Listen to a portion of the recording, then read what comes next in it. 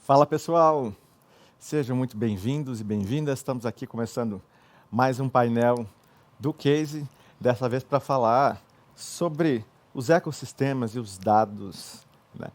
Os dados que a gente tem conseguido gerar para conhecer mais sobre o desenvolvimento do ecossistema de inovação no Brasil. Estou aqui recebendo os amigos e gente que entende muito desse assunto. E antes de apresentá-los, queria lembrar que a gente está nesse que é o case mais inclusivo de todos e fazer a minha autodescrição para os deficientes visuais poderem saber como estamos aqui. Então, eu sou Felipe Matos, sou um homem branco, cabelo liso, estou de óculos, um paletó escuro, camisa polo, uma calça jeans. E vou passar a bola para a Ana, que está aqui do meu lado. Oi, gente, tudo bom? Eu sou a Ana Flávia, eu sou mulher branca, tenho 1,67 m, eu estou usando uma calça preta de couro, uma blusa preta também com o logo da B Startups. Eu tenho olhos e cabelo castanho claro. E Gustavo, da Distrito, que está aqui. Muito bom, prazer estar aqui com vocês. Eu sou Gustavo Araújo, CEO cofundador do Distrito. Sou homem branco também, cabelo liso. Estou com uma camiseta preta com o logo do Distrito e uma calça bege. Bom, e além dos nossos companheiros aqui de estúdio, estamos com 2 participações remotas. Estamos recebendo, para a gente continuar aqui no português, o Rafael da Liga Insights. Seja bem-vindo, Rafael. Pode se autodescrever para a gente, por favor? Obrigado, Felipe. Boa tarde para todo mundo. Meu nome é Rafael, sou do time da Liga Ventures. Sou um homem branco, cabelo preto, estou usando um óculos e uma camiseta azul. Muito bom. E agora o JF, que está participando na participação internacional aqui para a gente no Startup Genome. JF, seja bem-vindo. Por favor, sua autodescrição também. Thank you. Yes, thank you. I'm JF Gauthier, founder and CEO of Startup Genome. I'm French-Canadian, Caucasian. I live in San Francisco, though, and I have dark brown hair, although my daughter keeps saying it's black, with a little bit of white and more of white. And I have a black shirt.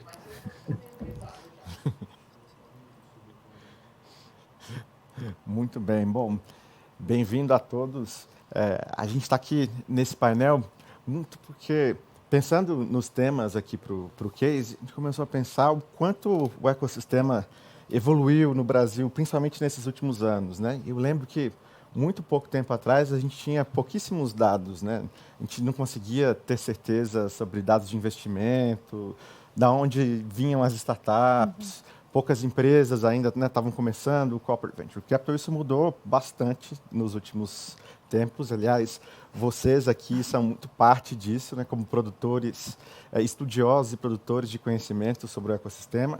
E aí, Gustavo, para começar com você, porque a gente está num momento de boom de investimento, né, batendo um recorde atrás de outro. 2021 nem terminou e a gente já tem quase o dobro de investimento de 2020, que já tinha sido um ano muito bom, recorde. E vocês têm mostrado isso nos relatórios, né, da Distrito. Como que você avalia esse momento, né?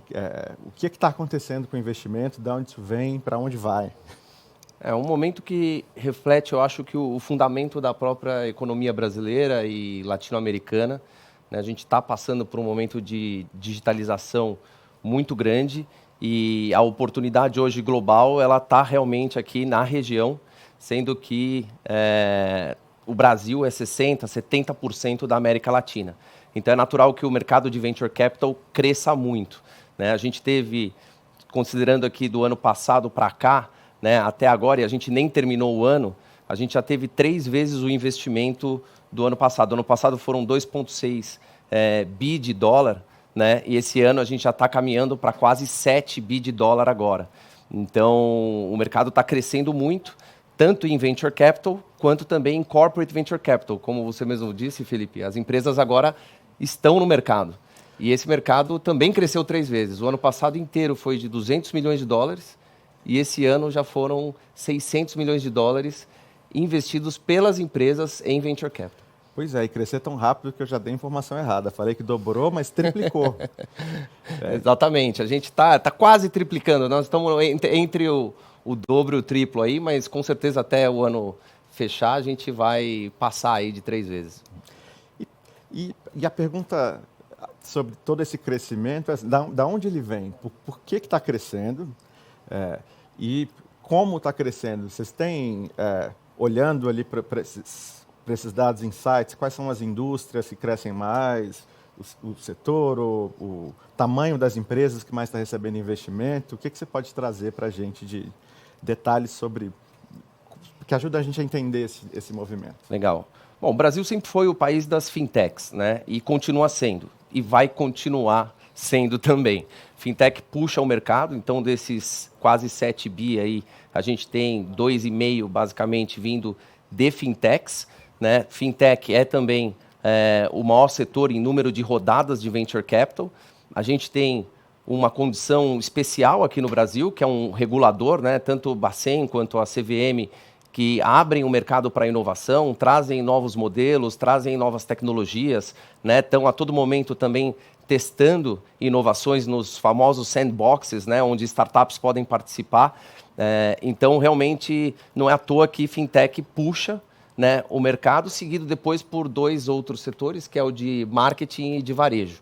Então, a gente tem aí marketing, varejo, e o terceiro setor, que é PropTech, né? Então, esses novos modelos de negócio, enfim, startups que estão atuando no mercado de real estate de maneira geral, conduzem aí o terceiro setor em volume e número de transações. Ou seja, aqui a gente está falando em volume e número de transações, né? Que eu acho interessante, porque eu sei que, Aninha, lá no Startup Base, quando a gente olha para essa evolução, não são os setores que têm o maior número de startups, né? Mas não. Acho que quando a gente olha para essa evolução do Base, tem muitos os grandes mercados, né? Então, a gente olha para agronegócio, quando a gente olha para a saúde, eles têm um volume e número de startups muito grande, mas são startups que têm um processo de validação um pouco mais complicada, que tem uma etapa de crescimento e jornada, que acho que nessa etapa de investimento não são o maior público, aí, né? O nosso grande número de investimentos em startup. Legal, porque eu fiquei olhando para esses setores, pensando, né? O volume de startups, os setores com maior número de startups não necessariamente são aqueles que recebem mais investimento. Rafael, você que está com a gente remoto aí na Liga, vocês têm feito muitos relatórios setoriais, né? Então, e de todo tipo de subsetor tech, né, que a gente está vendo. Então, tem Legal Tech, enfim, Tech. Eu fui ver recentemente no site de vocês, tinha lá um estudo de startups do segmento Pet, sei lá, Pet Techs. Brincando, quase todo o setor, a indústria está adicionando, né, um sufixo de tech, criando uma sub-área ali para chamar de sua. Esse movimento de diversificação tem acontecido com mais frequência? Como é que vocês veem essa setorização, né, das startups no Brasil?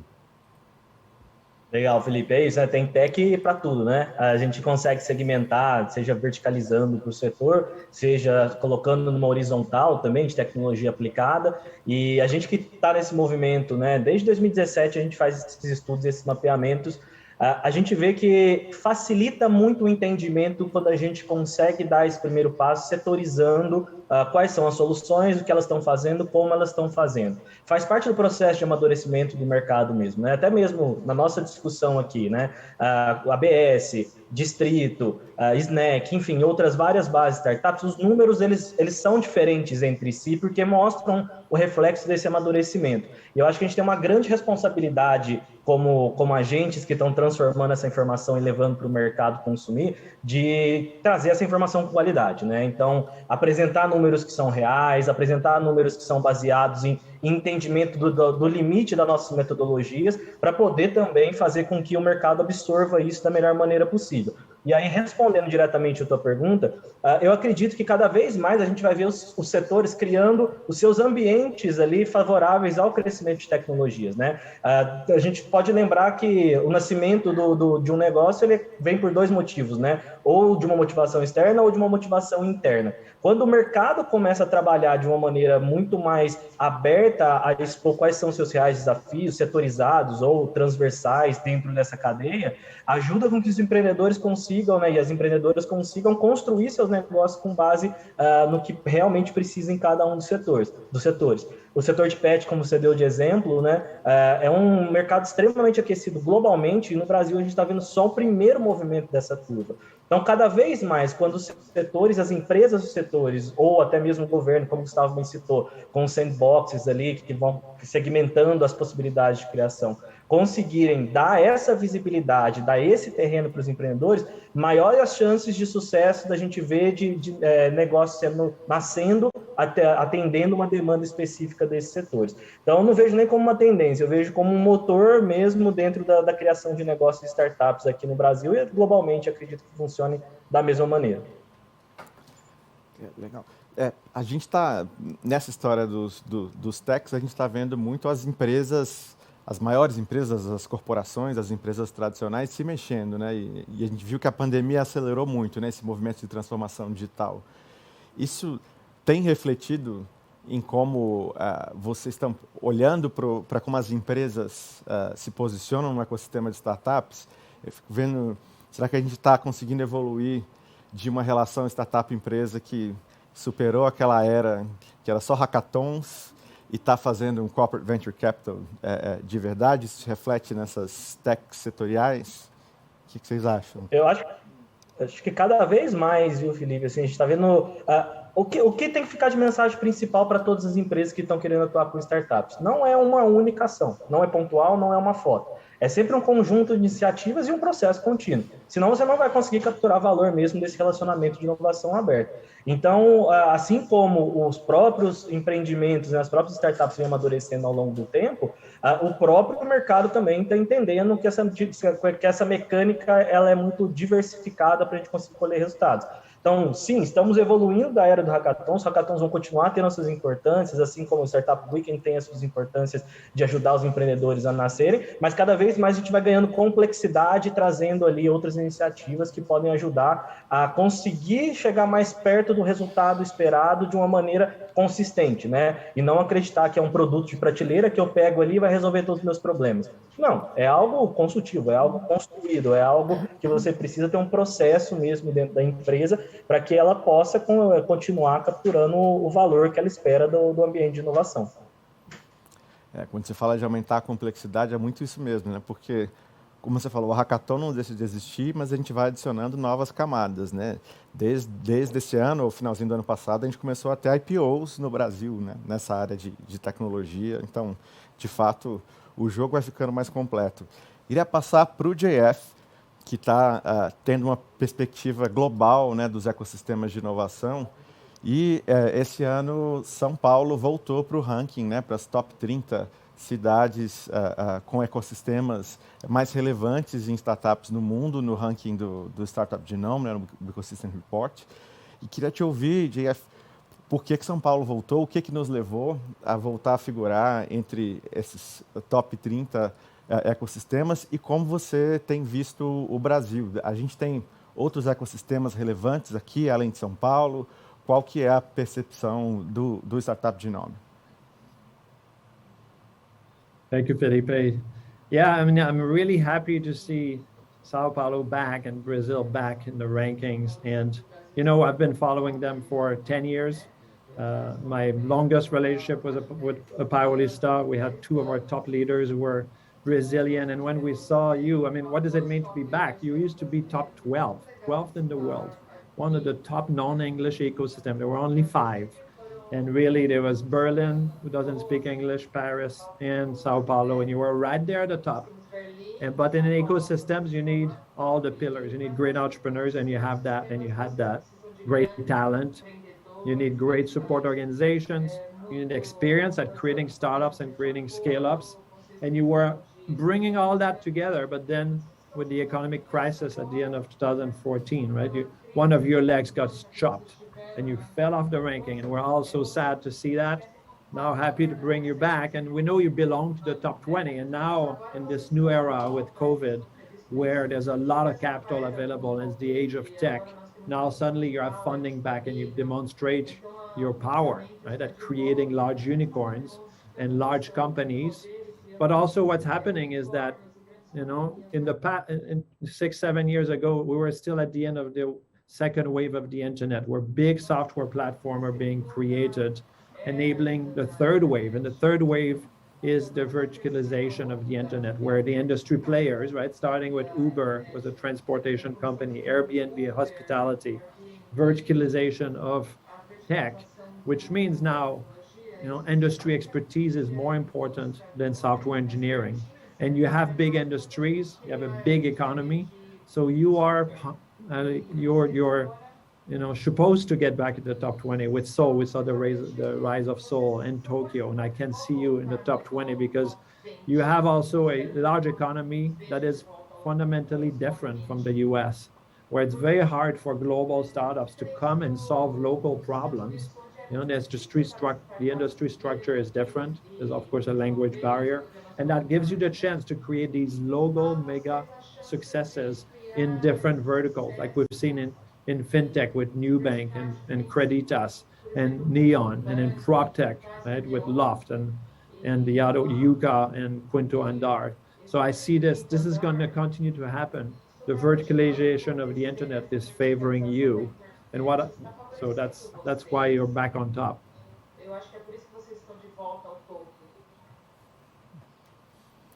Muito bom. Ana, o JF falou um pouco de perspectiva, né? Falou lá de 2014, de crise, cortaram uma perna nossa. Acho que a gente regenerou, daqui a pouco vem outra crise, corta outra perna.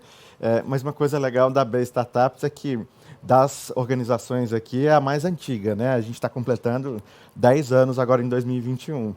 Isso dá uma perspectiva de olhar para a evolução dessa série histórica de dados sobre o ecossistema de startups, né?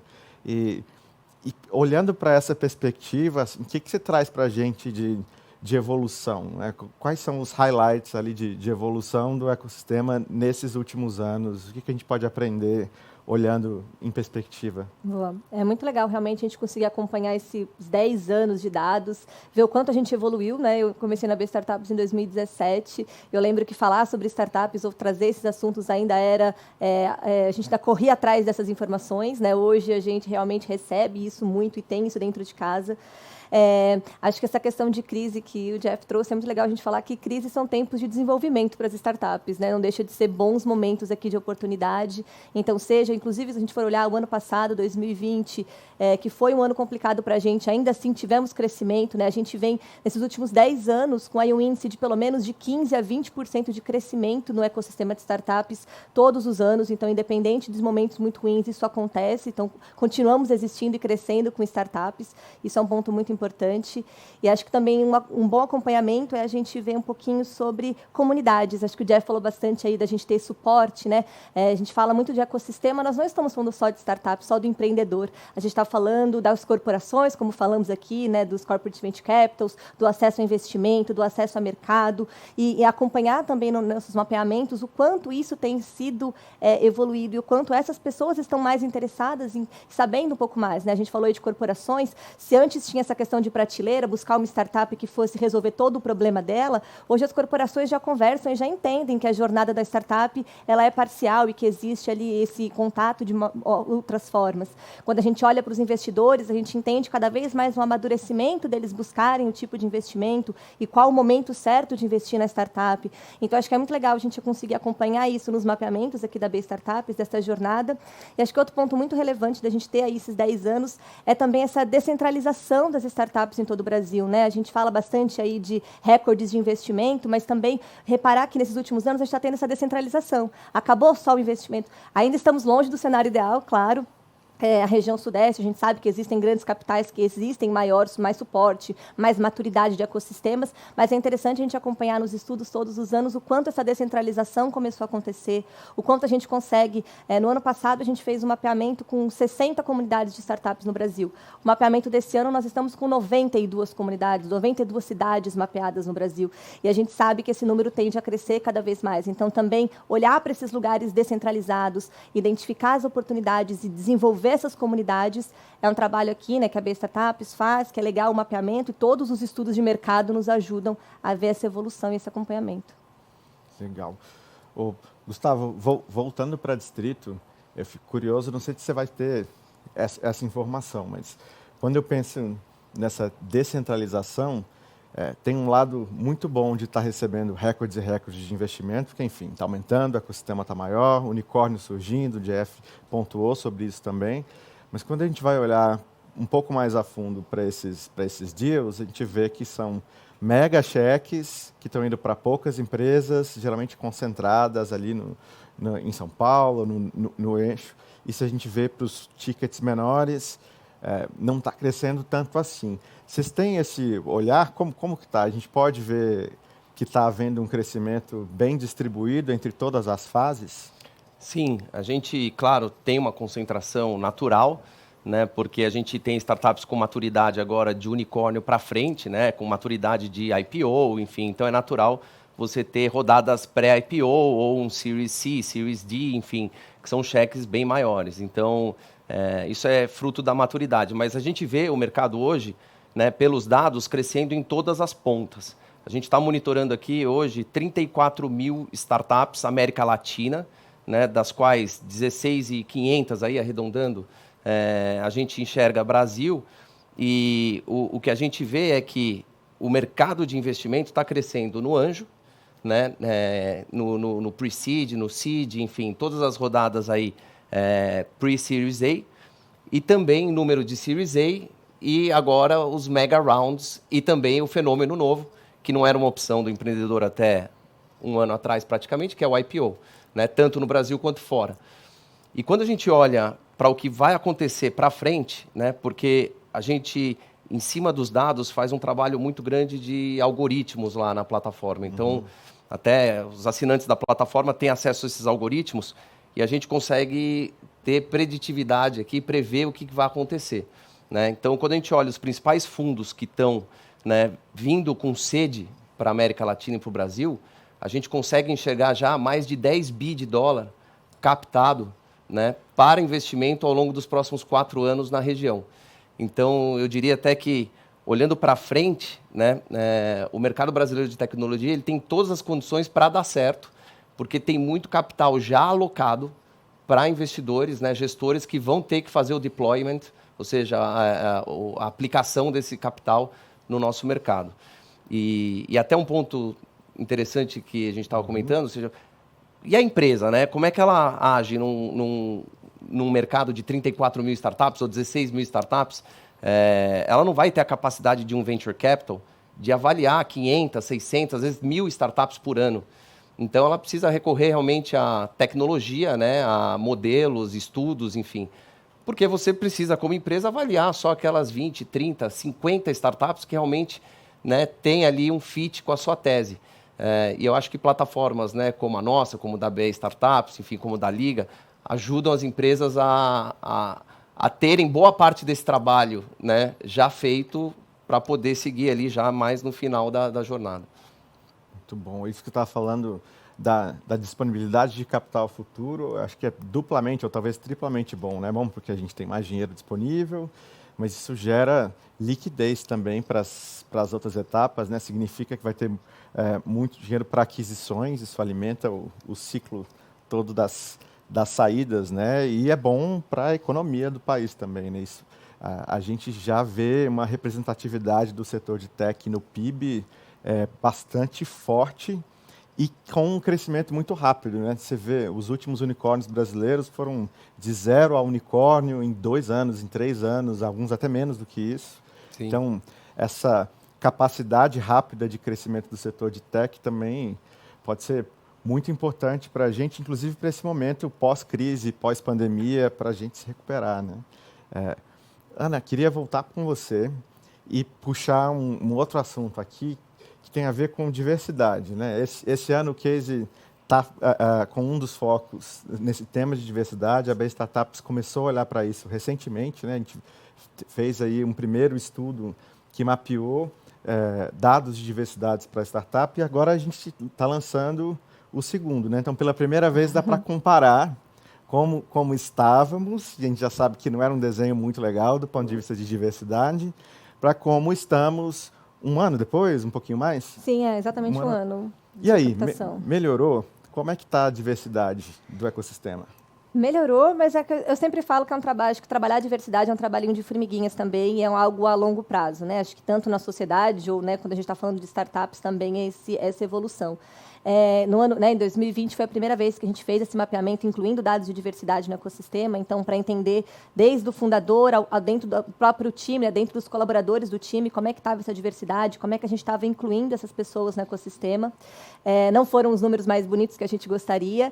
E aí, a partir disso, né, para 2021, a gente olhou muito para 2 pilares, tanto continuar fazendo esse mapeamento. Então, a gente vê sim evoluções em números, principalmente em relação a gênero, em relação à raça. A gente já teve aí números melhores do que o ano passado, mas são evoluções ainda que são pontuais e que exigem um trabalho. Eu acho que quando a gente fala de diversidade, de trazer inclusão para o ecossistema, é um trabalho a longo prazo. É como quando a gente começou a falar de startups lá em 2017, a imprensa não sabia muito bem o que era, a gente tinha que mandar release, tinha que ir atrás, explicar o que era, e hoje a gente fez esse trabalho, e hoje, 2025, né, anos depois, a imprensa já nos procura atrás de dados, já sabendo mais do que nós sobre os termos, né? Então, da mesma forma, acho que a diversidade vai evoluindo.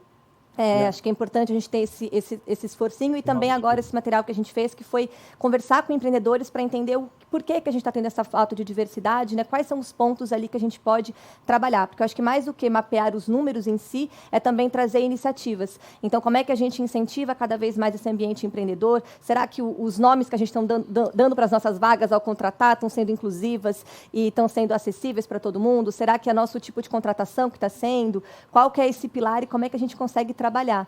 Acho que um ponto legal do mapeamento esse ano, a gente trouxe um tema de empregabilidade, que acho que também é super em alta aí, super em discussão agora, né, aí para os próximos anos. E foi legal a gente perceber que os principais pontos ali de talvez dificuldade de contratação, seja talvez em fit cultural, que é uma coisa de startup que é muito importante, e em relação a isso também é menos necessariamente a questão financeira de contratação, mas é mais mesmo essa construção. Então a gente também está fazendo aí algumas ferramentas e trazendo mesmo os atores do ecossistema para perto, para a gente discutir melhor iniciativas. Acho que os números começaram a evoluir, a gente vem ali, mas ainda não é o nosso cenário ideal, mas acho que nos próximos anos, com as iniciativas aqui, vamos alcançar esse número. Tomara. Tomara. Rafael, queria ver de você um pouco na mesma linha que o Gustavo falou. Como é que vocês estão olhando para o futuro? Assim, o que vocês projetam aí, a partir de, enfim, tanto conhecimento que está sendo construído, entendendo das startups e dessa relação das startups com as corporações, que é muito do que vocês fazem por aí. Para onde a gente está caminhando, né? Quais são as tendências, para onde a gente vai? Legal. Mas antes, queria só fazer um parênteses que a Ana disse, que eu concordo plenamente que a gente precisa também encarar os números dessa forma, né? Às vezes, a gente tenta tratar hoje qualquer base de dados como um big data, que a gente vai aplicando inteligência artificial em cima para tirar insights, e, na verdade, a gente não trabalha de desenvolvimento do ecossistema, né? Como eu falei lá no começo, de responsabilidade com os dados, a gente entender de fato, a fundo, o que está acontecendo, e tratar essas questões a partir da análise desses dados, e vocês que acompanham na ABS há mais de 10 anos, a gente há 6 anos, e outros players, a gente precisa trazer essas discussões também à frente, né, para a gente construir políticas que sejam sustentáveis para o crescimento dos negócios, né, porque é muito menos, a questão aqui é muito menos uma briga de quem tem a base maior ou o mapa maior, né, e muito mais do que a gente faz para ter mais empreendedores e empreendedoras ativas, mais negócios nascendo. Bom, com relação à projeção, e falando, vou colocar aqui o nosso papel também, de olhar, né, um lado mais de inteligência setorial, né? A gente olha aqui uma projeção que cada vez mais no Brasil a gente vai precisar olhar e dar espaço para tecnologias que são transversais, para a gente aumentar a nossa competitividade de desenvolvimento de negócio. Então, estou falando ali da gente apostar em deep techs, em hard techs, como a gente consegue criar, de fato, tecnologias que vão ter uma competitividade a nível global com relação ao que está sendo desenvolvido no ecossistema mesmo de startups. Porque quando a gente fala muito do digital e da soft science, né, a gente vai ver também, da mesma maneira que está entrando capital de fora aqui para investir, vai vir startups cada vez mais de fora para cá também. O Brasil está barato nesse momento, né? A gente tem que entender isso. E as soft sciences ou as soluções de digital vão começar a abarcar aqui. A gente está vendo os nossos amigos, né, da América Latina já vindo para cá com bastante dinheiro no bolso e fazendo também a coisa acontecer. Então, do nosso lado da Liga, o que a gente enxerga é justamente um espaço para o desenvolvimento de mercado para tecnologias mais transversais, talvez muito ligado ao desenvolvimento de base, pesquisa de base, o que significa que a gente precisa cada vez mais amadurecer a discussão de que o desenvolvimento de startups vai sair de uma fase, igual a gente estava falando, sai da fase hackathon e vai para uma fase mais complexa, a gente vai sair talvez da fase dos aplicativos e vai para uma fase mais complexa agora, que vai trazer uma visibilidade aí de competitividade global. Assim como o Warren tem ali com a sua Deep Tech focada no mercado financeiro, a gente vai ter muito mais espaço para essas tecnologias, para a gente levar daqui para fora, principalmente. Muito bom. Interessante pensar. Eu comecei a carreira 20 anos atrás trabalhando com Deep Tech, que era uma terra completamente árida e, de fato, sempre foi muito difícil. Ainda está difícil, mas cada vez menos difícil, e acho que você tem razão nessa tendência. Jeff, vocês no Genome, que tem uma perspectiva global, né, do que está acontecendo em vários ecossistemas, acho que deu para ver aqui no painel que a gente está num momento de crescimento muito forte, né, não só em número de startups, mas principalmente em volume de investimentos. E queria ouvir de você se essa é uma tendência global, está todo mundo sendo, se é um movimento local específico, como está o Brasil em comparação com outros ecossistemas do mundo? O que a gente pode aprender sobre esse movimento com outros casos internacionais que vocês têm acompanhado por aí?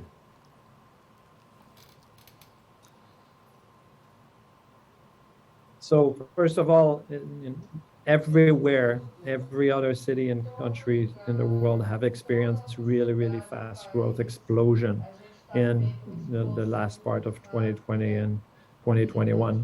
So this is a global trend, but it's also very different how it happens in different countries. Because you have a little bit of a special market, in Latin America and Brazil, very large market that's difficult for global industry players, technology-based industry players to enter. I think you'll have a chance to experience a much longer growth span, and I think your role in Latin America is to be this leading ecosystem, a little bit like Silicon Valley has been in the US first, and then for the rest of the world. And so, for you, playing that role means growing across Brazil, bringing this new technology of how do we develop tech companies that scale into industry players and compete against traditional companies and become very successful. And we see it happening in Rio. We see it happening in Curitiba, growing so fast, and now it's competing with Rio and for second place. We see Belo Horizonte, and of course Porto Alegre, Brasilia, Recife. But the Sao Paulo role is to develop those global skills and these global capabilities, funding, talent. How do we scale a company? And your next step is to go, I think, penetrate the rest of Latin America, right? Create continental leaders. And this is your place. And of course, going global is what we always talk about at Startup Genome. But in the era of the third wave of the internet, of industrialization of the tech companies, and also of deep tech, where all type of technical skills are required to penetrate and create solutions for these industries. I think your game is in creating continental leaders and really driving the growth of your ecosystems through that. And I look at what happened in China, very different market, even more different than yours, and creating such big ecosystem. Now they have 4 cities in the top 20. Continuing to grow rapidly, not creating that many global leading tech companies, right? really Chinese companies. And India has been doing the same, sometimes just copying old model and creating unicorns because the market is so big. And in Brazil, you have this opportunity for your entrepreneurs to compete more locally against traditional players than competing with global and just global tech companies that are, that will find it very difficult to enter Brazil and Latin America.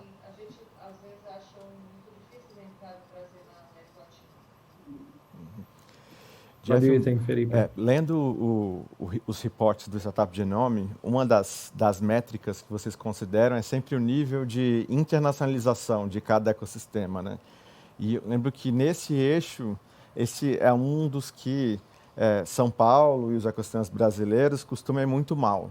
E, de fato, quando a gente compara, né, esse ecossistema com outros grandes globais, a gente está muito atrás em termos de internacionalização. E ouvindo você falar sobre essa oportunidade, né, de nos tornarmos líderes continentais e a partir daí conquistar o mundo, acho que um desafio importante é a gente aumentar esse nível de internacionalização. Vocês que têm trabalhado com ecossistemas do mundo inteiro, com governos, né, em diversos países, que dicas, que lições poderiam nos dar sobre como encarar esse desafio de internacionalização e conseguir ampliar, né? Como é que a gente faz para subir na nota nesse quesito no ranking?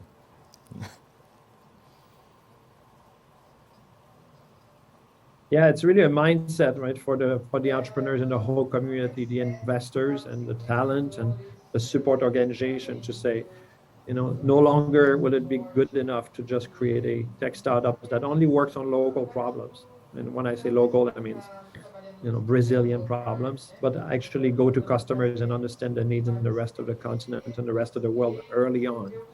And at one point, it's very difficult when in the early ecosystem, not enough big checks being written. But now I see $1 billion in early stage funding just in Sao Paulo in the last couple of years.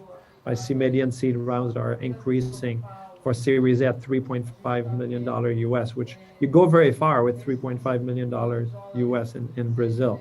So this is the time where the entrepreneurs need to say, okay, yeah, I need to start understanding customer needs in industries, competitors in other countries and start working on it. And for the governments and for ecosystem leaders like you, all of you here today, is really about, starting the support system that will help them get out of the country early, right? Travel, connect in other countries, because, there's a local community and your local community is very connected and you help each other and that gives you access to knowledge about customer problems, about how to raise money.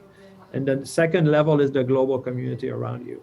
And when you start forging relationships by traveling, by talking to people, by going to shake hands, you start having relationships to talk to customers in those other countries, talk to investors in those other countries that bring you local knowledge and how to do marketing consultants, how to establish a point of sales. So that needs to start early because it's very hard for a VP of sales to do it in year 3 or 4 of a startup and say, okay, now I'm going to go to Argentina and start developing relationships. Relationships take a long time to develop, right? And as the community, when we all go every year to Argentina, when one company is ready to enter Argentina 2 years, 3 years later, they have a network. They have introductions from other Brazilian entrepreneurs and talent that have been there before. They're ready to start and engage and penetrate the market. So the work is at that level, right? Connecting first, that's why we developed the concept of global connectedness, international relationships by the founders, by the VCs also.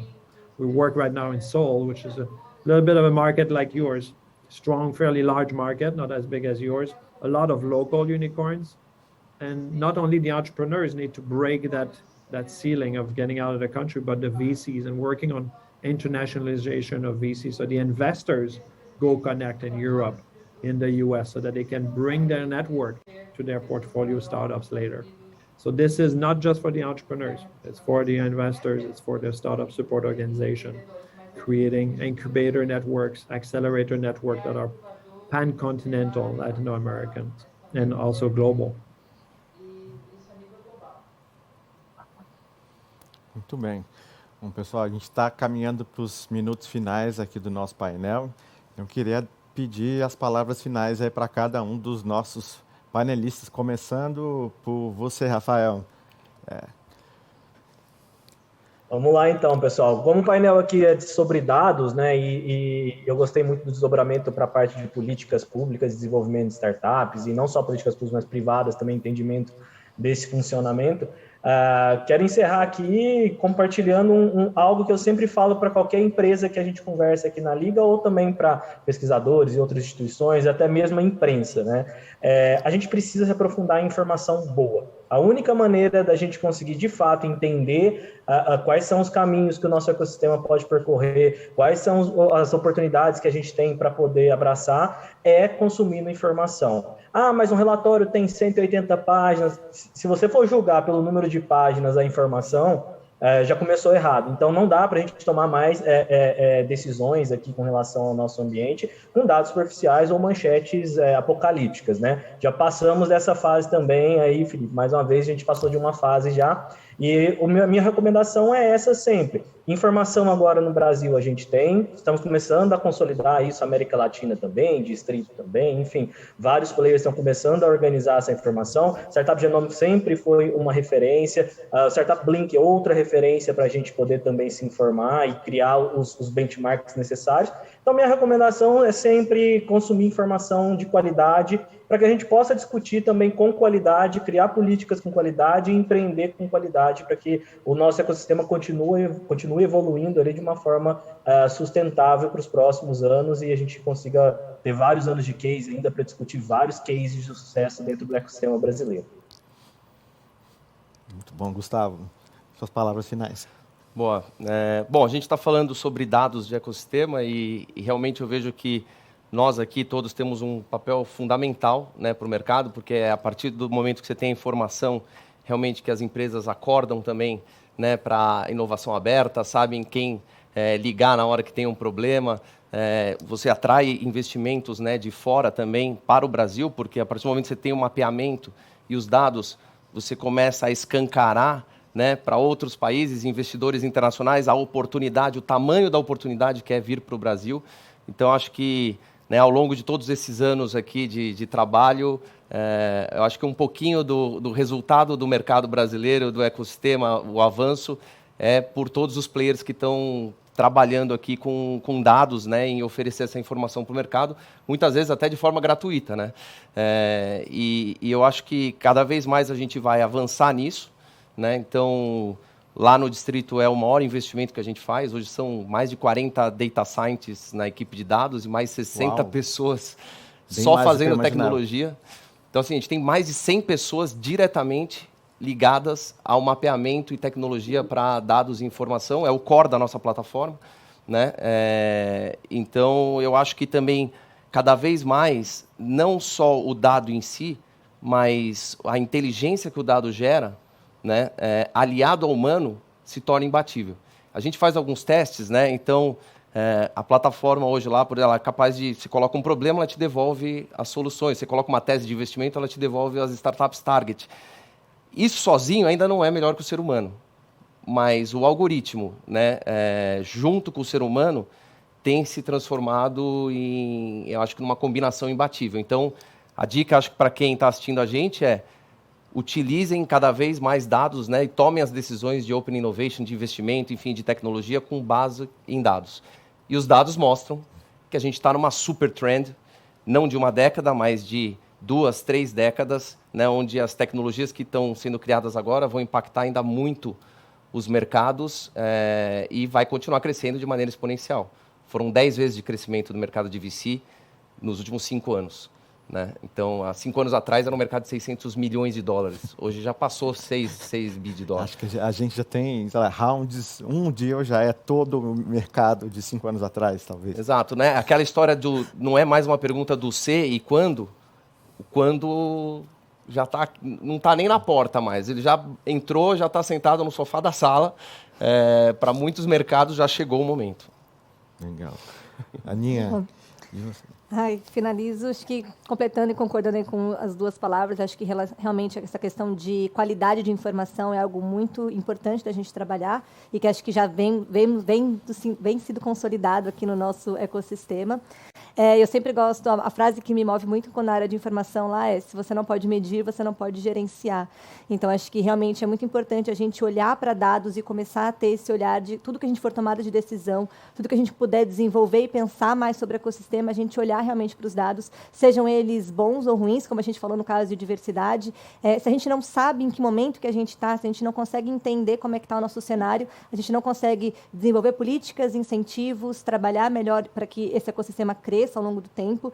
E acho que aqui na B Startups o nosso papel é muito desenvolver comunidades emergentes, é muito ajudar lideranças de comunidade a conseguirem estruturar melhor suas áreas, a estruturar melhor os seus players e garantir essa continuidade, né, esse fomento do nosso ecossistema. E acho que através de dados é a nossa principal core aí, é muito importante a gente saber onde estamos para medir esses próximos passos, seja com mapeamento, com diagnóstico, com os estudos de nicho que a gente faz, e seja também, acho que, gerando insights. Acho que você trouxe um bom ponto, que não adianta só a gente olhar para o número também, né? Entender o que a gente pode fazer com ele. Se ele está ruim, como é que a gente pode fazer, que iniciativas a gente pode fazer para melhorar, números que já estão bons, como é que a gente faz para desenvolver, para colocar para outras regiões do Brasil. Acho que tudo serve de aprendizado, e fica aí o nosso convite para acompanhar os nossos estudos, Distrito, Liga, Genome, vocês que estão nos assistindo, continuarem acompanhando e consumindo esses dados e ajudando na tomada das decisões.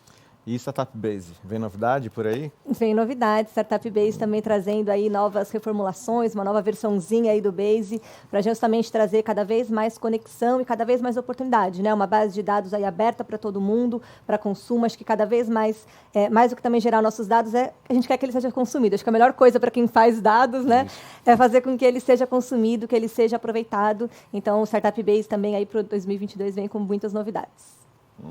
Sem spoilers, hein? Mas podem esperar. JF, para a gente terminar com você, suas palavras finais, por favor, e já encerrando aqui, agradecendo sua participação e a de todos. Thank you, Felipe. I want to see Brazil back in the top 20 soon, right? Within 2 years, 3 years, and that means internationalization, right? Getting out of the country. And as we just heard, right, you cannot manage what you cannot measure. And that's what is important to measure, is how many entrepreneurs get out of the country at every stages to go forge relationships. They go to startup events, they go to try to raise money, they go to talk to customers. We can measure that. These are real metrics that we measure. How many times do you travel, and how are the investors co-investing with investors in other countries, right? In Latin America, all over the world, to bring knowledge, but also open a network so that the startups can piggyback on that network to go abroad. How many entrepreneurs are coming from other countries here? Why are they coming? Are they forging relationships? Do we bring them together with our local startups so that we forge relationships and we start caring about each other? You need to start caring. The entrepreneurs here need to start caring about entrepreneurs in other countries that will help them. And they need to give first, help them when they come to Brazil. That's how we, as a global community, help each other and make each other more successful. The investors need to start doing that, and you can measure that as well. The incubators, the accelerators, are they completely local, only forging relationships and networks inside Brazil?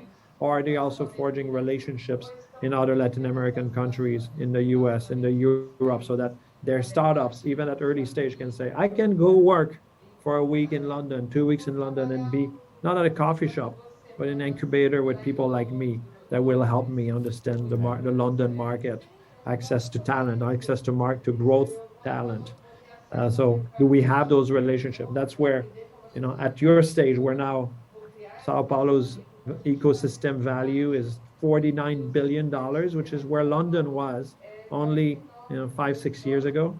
You've exploded, and now this is your work, internationalization, and you need to measure it, and you need to see progress every year, and that way you'll continue to grow as fast. Otherwise, you hit a domestic plateau at one point. So this is what I want to see, and I want to see you in the top 20 soon.